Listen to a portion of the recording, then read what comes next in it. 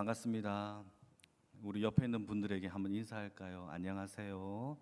안녕하세요. 반갑습니다. 반갑습니다. 오늘은 여러분 하나님의 긍휼이라는 제목으로 주의 말씀을 나누려고 합니다. 우리가 당분간 하나님의 긍휼이 무엇인지를 좀 집중해 보려고 하는데, 오늘 본문을 기록한 베드로전서의 저자는 베드로예요.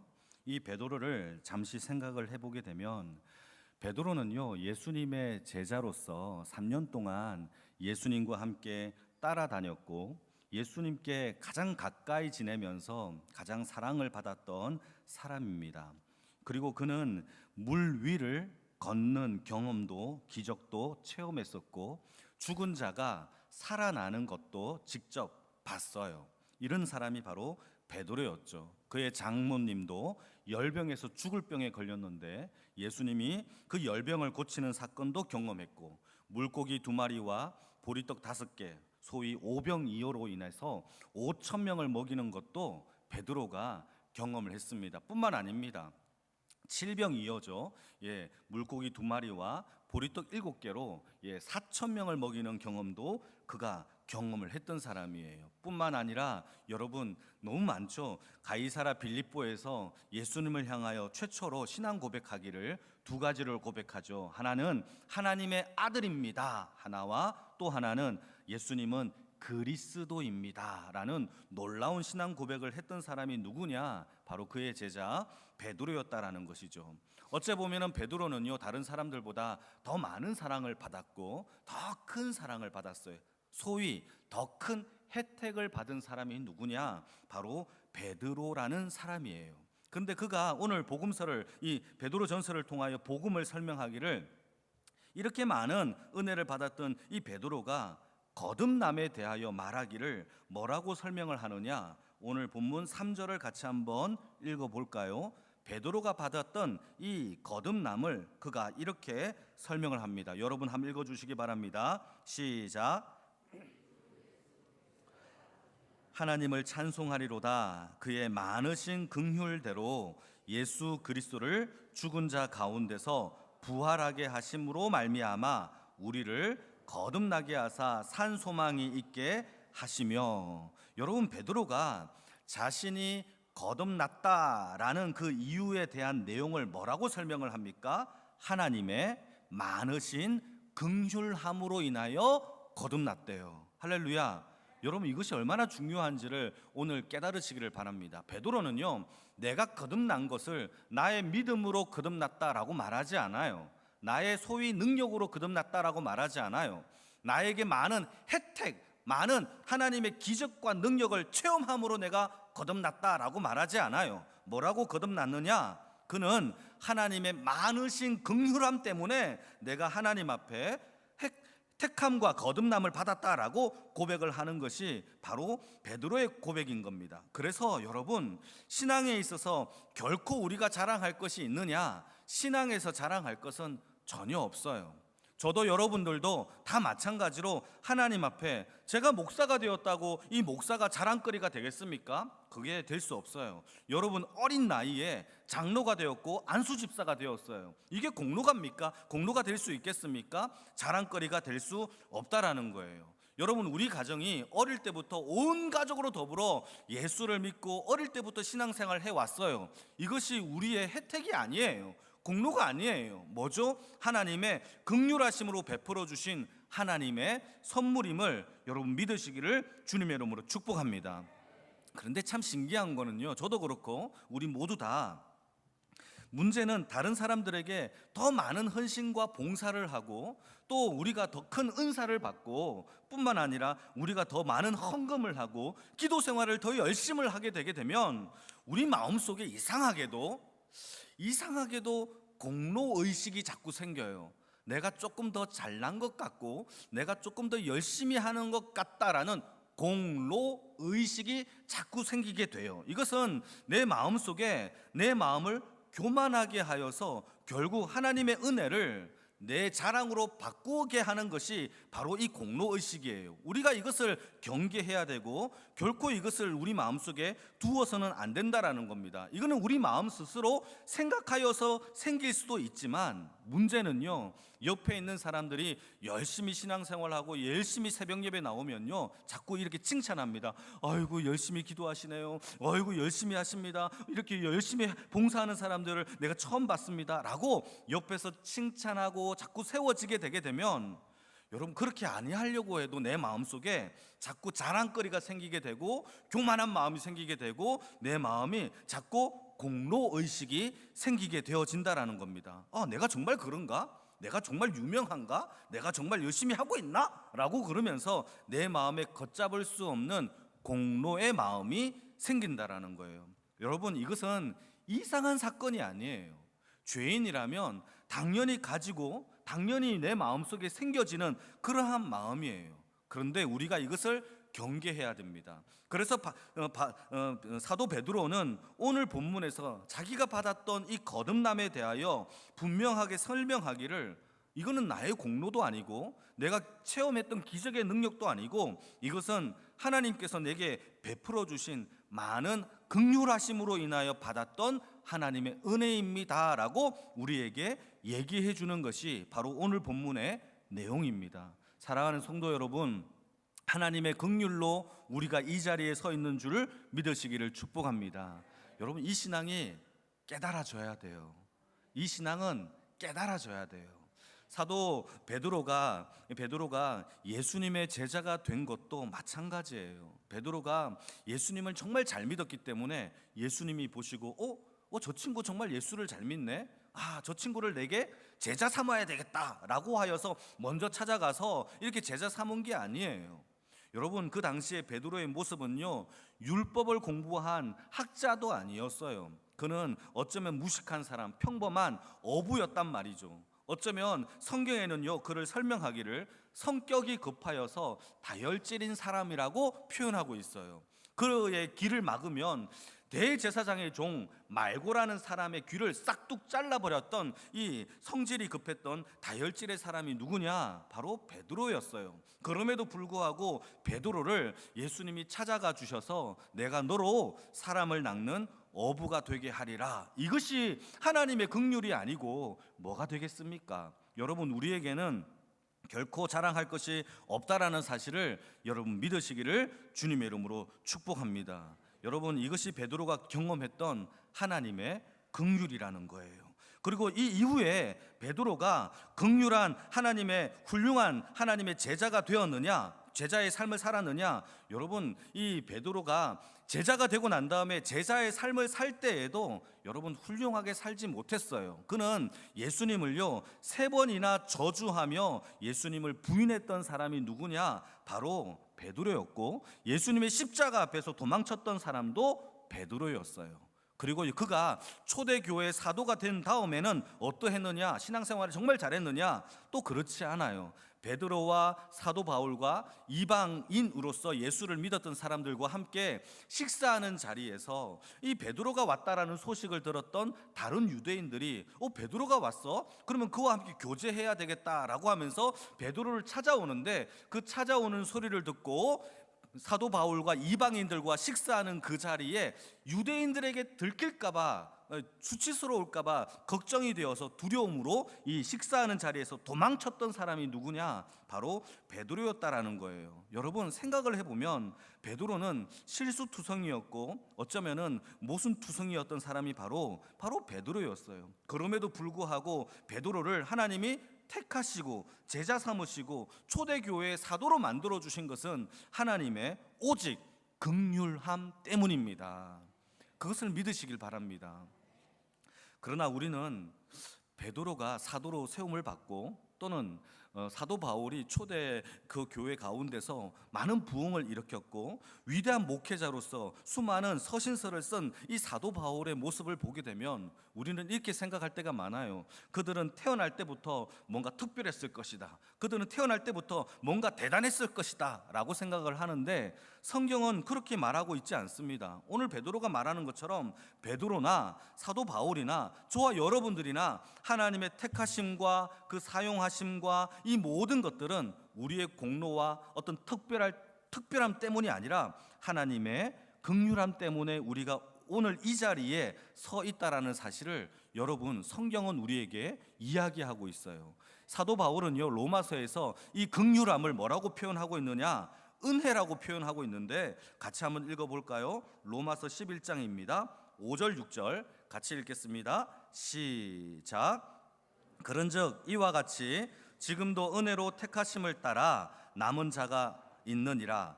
만일 은혜로 된 것이면 행위로 말미암지 않으님이 그렇지 않으면 은혜가 은혜되지 못하느니라.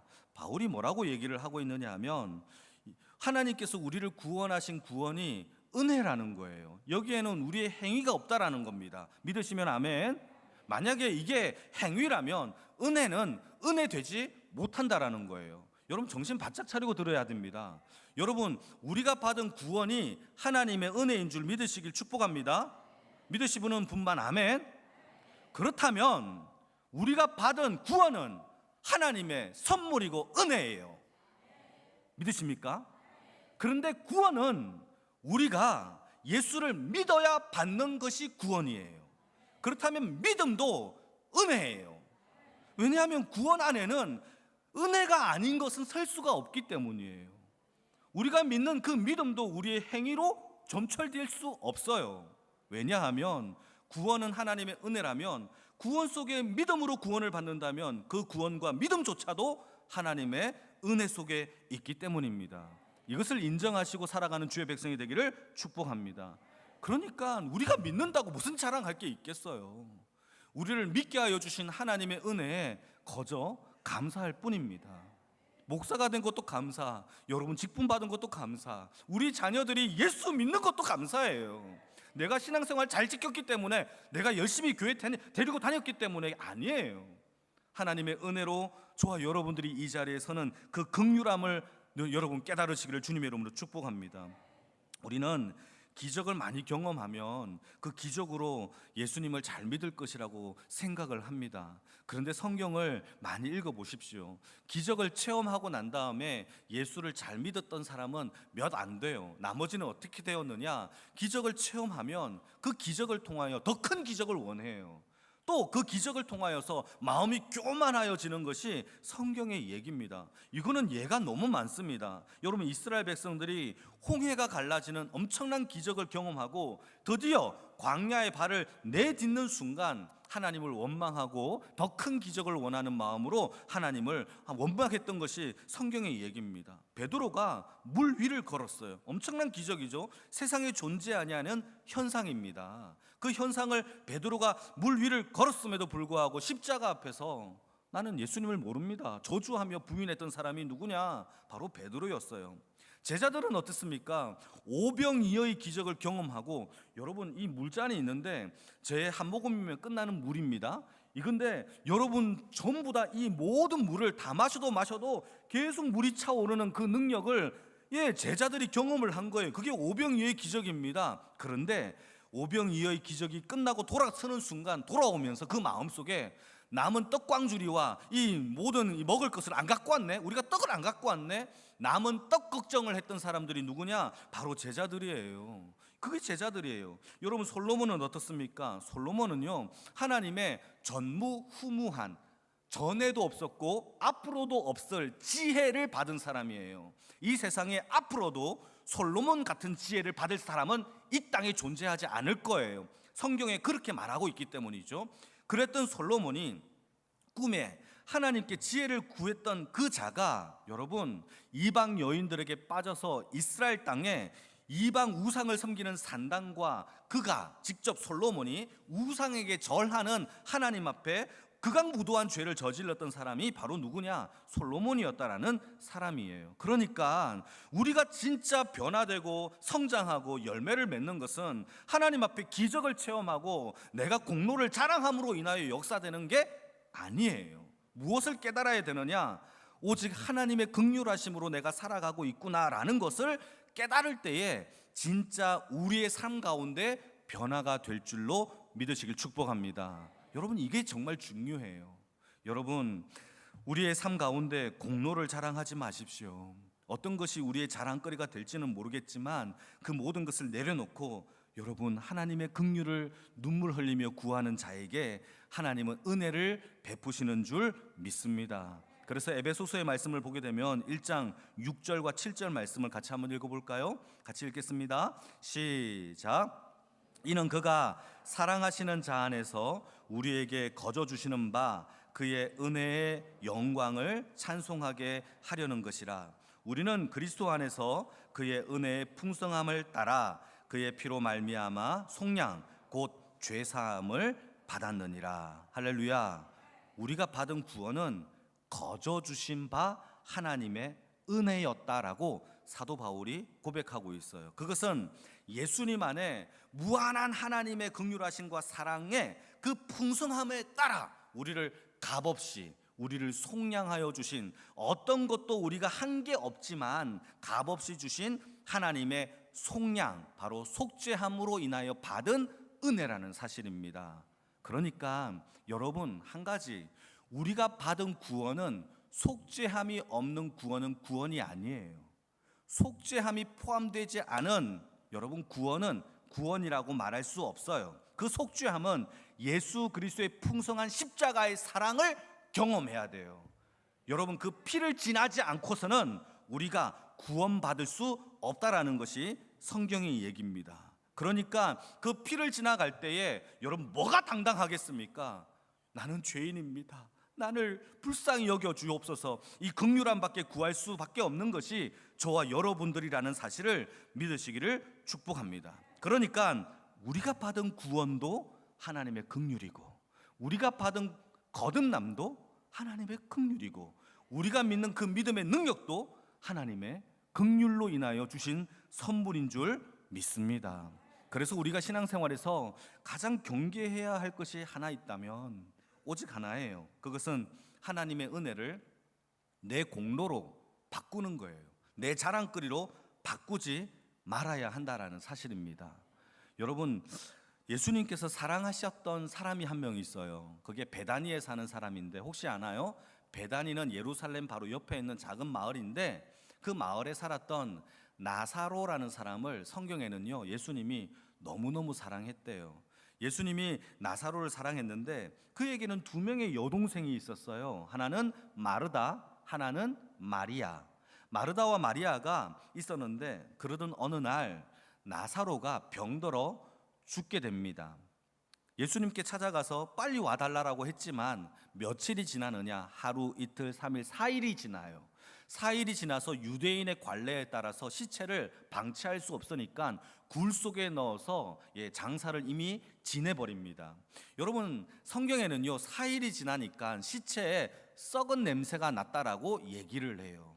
그 말은 무슨 뜻이냐? 썩은 냄새가 났다라는 것은요 시체를 먹는 구더기가 활동하고 있다라는 뜻입니다. 그러니까 도무지 살릴 수 없는 상태가 된 거죠. 이때 예수님이 나사로에게 찾아가서 뭐라고 얘기를 하느냐? 살립니다. 나사로야, 일어나서 나오라 라고 얘기를 하니까 나사로가 어떻게 되었습니까? 일어나서 살아 나옵니다. 할렐루야. 이게 여러분 나사로가 경험했던 부활의 경험이에요. 여러분, 여기에서 우리가 좀 색다르게 한번 묵상을 해봅시다. 지금 나사로가 죽었다가 살아난 이 부활의 경험은 예수님보다 먼저 부활의 경험을 했던 거예요. 조금 이해가 되십니까? 부활을, 이 경험을 예수님만 한 게 아니라 예수님보다 더 먼저 부활의 사건과 경험을 했던 사람이 있었는데 그 사람이 누구냐? 바로 나사로라는 사람이었고, 이 나사로가 부활의 경험을 통하여서 하나님이 영광을 올렸다라고 성경은 얘기합니다. 그렇다면 여러분, 그 당시 사람들이 나사로라는 사람을 그냥 놔뒀겠습니까? 소위 지금으로 말하면 방송국에 초대되어서 특별하게 그분을 특종으로 삼아서 인터뷰하지 않았겠습니까? 그리고 교회는 그냥 가만히 있었겠습니까? 그를 초대하여서 죽음에서 부활한 나사로의 간증 집회라고 하면서 엄청난 대대적으로 홍보를 하면서 플랜카드를 달았겠죠. 그 플랜카드에는 이렇게 달았을 겁니다. 예수님보다 먼저 부활한 나사로의 간증 집회, 이렇게 했을 거란 말이에요. 여러분, 이 나사로가 예수님보다 먼저 부활한 게 나사로의 공로입니까? 그걸 자랑할 수 있겠어요? 여러분, 우리 중에 사람을 죽은 자 가운데 살리는 은사가 있다고 할지라도 그 은사를 우리 가운데 자랑할 수가 있겠습니까? 그럴 수 없어요. 하나님이 긍휼로 그를, 나사로를 살린 것은 하나님의 긍휼 때문입니다. 한번 읽어볼까요? 요한복음 13장 33절에서 이 나사로를 살린 그 능력을 이렇게 설명을 합니다. 같이 읽겠습니다. 시작. 예수께서 그는 마리아입니다. 예수께서 그 마리아가 우는 것을 보고 또 함께 온 유대인들이 우는 것을 보시고 심령의 비통이 여기사 불쌍히 여기사 나사로를 살렸다라고 성경은 기록하고 있어요. 마리아가 울고 있고 엉엉 울고 있고 다른 사람들도, 유대인들도 함께 우는 것을 보시고 예수님이 긍휼히 여기고 마음이 비통함을 여기고 나사로를 살리신 거예요. 그러니까 나사로의 부활 경험은 나사로의 공로고, 또 살아났다고 한다 할지라도 그게 자랑거리가 될 수 없는 하나님의 그저 부어주신 긍휼이고 은혜인 줄 믿으시기를 축복합니다. 여러분, 이걸 깨달아야 돼요. 이게 마음속에, 우리 심령 속에 있어야 돼요. 여러분, 나사로가 다시 살아난 것은 상식적으로 불가능한 일이에요. 우리가 조금 전에 얘기했던 것처럼 4일이 지난 시체는 이미 시체 구더기가 활동하고 있고 냄새가 썩어 진동하고 있는 그 상태예요. 여러분, 그것은 어떻게 살릴 수가 있겠습니까? 상식적으로 살아난다고 할지라도 이상한 일이 벌어지는 것이죠. 그런데 여러분, 이것을 우리에게 한번 적용해 봅시다. 우리도 성경에는 죄로, 허물로 말미암아 이미 죽었대요. 그 말은 우리 안에 죄의 구더기가 드글드글 우리의 심장과 마음과 생각과 판단을 다 파먹고 우리를 그런 더럽고 냄새나는 이 냄새나는 가운데서 활동하고 있는 상태가 저와 여러분들의 죽음의 상태였다라는 거죠. 다시 살 수 없는 상태. 그럼에도 불구하고 하나님은 그의 아들 독자 예수를 이 땅에 보내셔서 복음의 빛, 십자가의 능력으로 비춰주심으로 말미암아 죄의 구더기, 냄새나는 그 모든 구더기들이 죽임을 당하고 하나님의 새 생명의 부활하심으로 우리도 또한 부활했다라고 성경은 얘기합니다. 나사로야 나오라고 할 때 유하나 나오라라고 하는 것과 똑같은 하나님의 우리를 향한 명령이 우리를 새 생명 가운데 살게 했다라는 것이 성경의 이야기라는 거죠. 믿으시면 아멘. 여러분, 여기에서 우리가 자랑할 게 뭐가 있나요? 여러분, 교회 안에서는 어떤 그 누구도 자랑할 게 없어요. 거저 눈물 흘리며 통곡하며 가슴치며 하나님, 오늘도 긍휼을 구합니다. 하나님, 자비를 베풀어 주시옵소서. 저 사람이 나를 괴롭힌다고 한다 할지라도 그게 뭐가 그렇게 화가 나세요? 하나님, 저도 그렇게 괴롭혔던 사람입니다. 나를 긍휼히 여겨 주시옵소서. 이게 하나님 앞에 우리가 거저 구해야 할 십자가를 경험한 자의 삶의 열매라는 거예요. 그게 긍휼이라는 것이죠. 여러분, 저와 여러분들은 다 하나님 앞에 죄인입니다. 그렇다면 우리가 하나님 앞에 오직 구해야 될 것은 하나인데, 그것은 바로 하나님의 긍휼하심입니다. 우리가 하나님의 긍휼하심을 받는 그 모든 길 중에 오직 유일한 길은 하나밖에 없어요. 여러분, 우리가 하나님의 긍휼함을 받는 유일한 길은 하나밖에 없는데, 그게 뭐냐? 우리가 하나님 앞에 우리의 죄와 허물을 회개하는 것밖에 없어요. 그래서 여러분, 복음 앞에 제일 먼저 예수님이 선포하신 그 메시지는 회개하라, 천국이 가까웠다라는 회개의 복음이었습니다. 여러분, 회개를 통하여서 하나님이 우리에게 긍휼을 베풀어 주시는 줄 믿습니다. 이건 요나서에 나옵니다. 여러분 요나서에 보게 되면 하나님이 니누의 백성들을 이미 심판을 결정하세요. 40일이 지나면 니누의 땅이 멸망하리라 라고 하나님이 니누의 땅을 심판을 이미 결정하셨어요. 그때 요나가 그 땅에 가서 하나님의 복음을 전합니다. 그러자 어떤 일이 벌어지죠?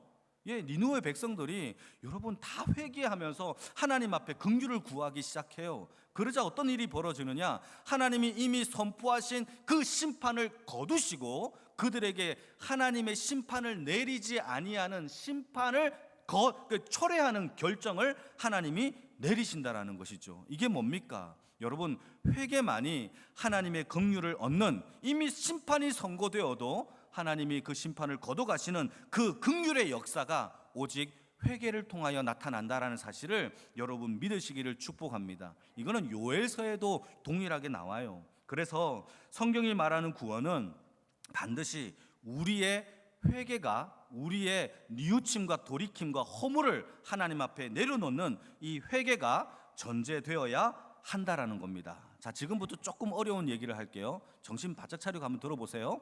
여러분, 만약에 회개가 없는 구원이 있을까요? 회개가 없는 구원이 있을까요? 여러분, 이런 구원은 존재하지 않지만 가정해 봅시다. 만약에 회개 없이 받는 구원이 있다라고 가정해 본다면 여러분, 예수님이 십자가에 돌아가실 이유도 없죠.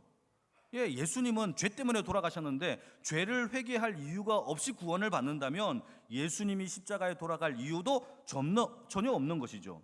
또 만약에 예수님의 십자가의 사건 말고도 한번 생각해 봅시다. 우리가 회개하지 않고 받는 구원이 있다라고 얘기한다면 그 구원은 죄의 용서함이라는 긍휼함으로 받는 구원이 아니라 우리가 예수님을 믿었다라는 믿음이 내 공로가 되어서 받는 구원일 게 뻔할 거란 말이에요. 여러분, 이게 이해가 되십니까? 믿음이 공로가 되는 순간 우리는 무너지게 됩니다. 그러나 여러분, 믿음은 공로가 될 수 없어요. 왜죠? 믿음 또한 하나님의 은혜 속에 있는 선물이기 때문입니다. 믿으시면 아멘. 여러분, 죄인을 용서하신 그 용서함의 사랑이 긍휼이에요. 그렇다면 그 긍휼 속에 여러분 어떤 그 무엇도 은혜로 점철되어지는 것이지 믿음이 내 공로가 되는 순간 우리는 무너진단 말이죠. 여러분, 사도 바울이 이 부분에 대하여 정확하게 얘기했습니다. 에베소서 2장 8절과 9절인데요. 같이 한번 읽어보도록 하겠습니다. 시작.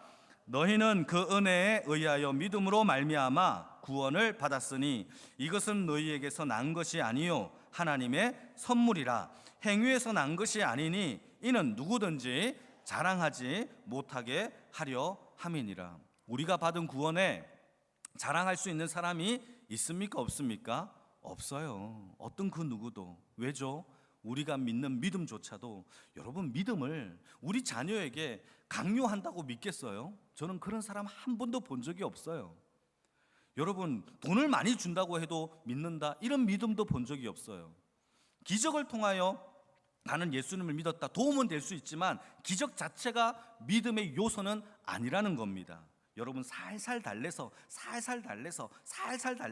교회 데리고 오면 믿음이 생깁니까? 그것도 아니에요. 여러분, 믿음은 오직 하나님의 선물인 줄 믿습니다. 그래서 여러분, 믿음은 하나님의 능력이고 선물이에요. 예를 들면 아브라함이 믿음으로 하나님 앞에 어떤 역사가 일어났느냐 하면 자기 아내가 경수가 끊어졌어요. 더 이상 생물학적으로 난자가 만들어지지 않아요. 그러면 아기를 가질 수 없는 상태예요. 이게 성경의 얘기입니다. 생물학적으로 모든 것이 끊어진 상태에도 성경은 아브라함에 대하여 말하기를 아브라함이 믿음이 약하여지지 아니하고 바랄 수 없는 중에 바라고 믿었대요. 여러분 한번 읽어볼까요? 로마서 4장 18절인데요. 이 구절을 한번 읽겠습니다. 시작. 아브라함이 바랄 수 없는 중에 바라고 믿었으니 이는 내 후손이 이 같으리라 하신 말씀대로 많은 민족의 조상이 되게 하려 하심이니라. 여러분, 이 말씀을 우리 앞에 놓고 솔직하게 한번 생각을 해봅시다. 여러분, 아브라함이 믿었던 이 믿음, 우리 안에 바랄 수 없는 것을 믿는 믿음이 과연 우리 안에 있을까요? 여러분 솔직하게 한번 얘기해 보세요. 우리는 인터넷에 이게 뭐 예를 들어서 물건을 하나 사도 이게 진짜인가 짝퉁인지를 의심하잖아요. 그리고 우리 의심이 참 많아요. 그런데 내 속에 바랄 수 없는 것, 도무지 일어날 수 없는 것, 상식이 불가능한 것을 믿고 바라고 믿는다라는 것이 도무지 우리 속에서 나오느냐 말이에요. 우리 속에는 나올 수 있는 근거가 하나도 없어요.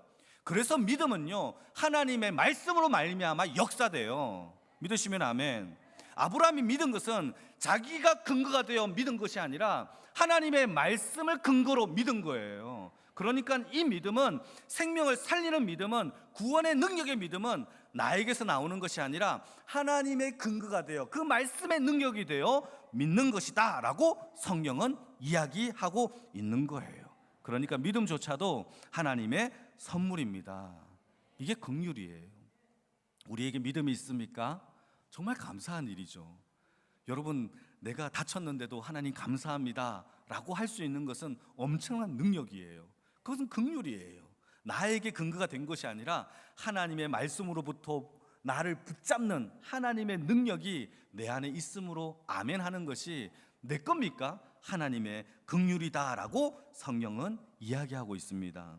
우리를 구원하는 믿음은 우리에게서 나올 수 없어요. 우리에게는 없습니다. 오직 하나님의 말씀으로, 그분을 통하여서 하나님의 능력으로 인하여 그 공로가 내 공로가 아니라 하나님의 공로가 되어 우리를 구원하시는 능력인 줄 믿으시길 축복합니다. 그래서 우리가 기적을 체험해도 하나님의 긍휼을 구해야 되고, 우리가 직분받아 높은 자리에 올라갔다 한다 할지라도 하나님의 긍휼을 구해야 되고, 우리 교회가 전 세계에서 가장 큰 교회가 부흥이 된다 한다 할지라도 하나님 앞에 긍휼을 구하는 것이 우리 교회가, 우리 성도님들이 살아가야 할 믿음의 초석인 줄 믿으시길 축복합니다.